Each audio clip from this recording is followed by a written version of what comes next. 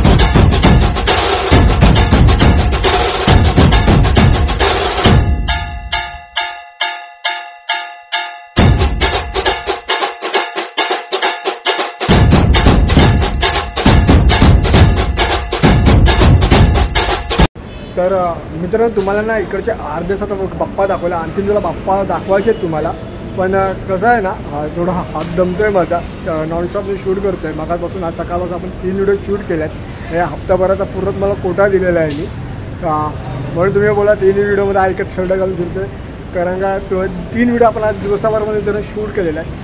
आणखी तुम्हाला बाप्पांच्या मूर्त्या दाखवते, पण मित्रांनो आणखीन एवढ्या सुंदर सुंदर मूर्त्या बघून तुम्हाला कसं वाटलं ते नक्की मला ना कमेंटमध्ये लिहा आणि सांगा. मित्रांनो तुम्ही एकदा तरी या शॉपला या, चिंतामणी गणेश संकुलमध्ये लालबागमध्ये गणेश टॉकीज याजवळ.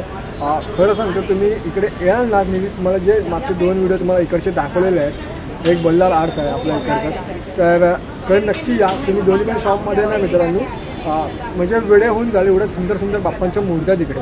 आणि या तुम्हाला तो उरलेल्या मूर्त्या दाखवतो.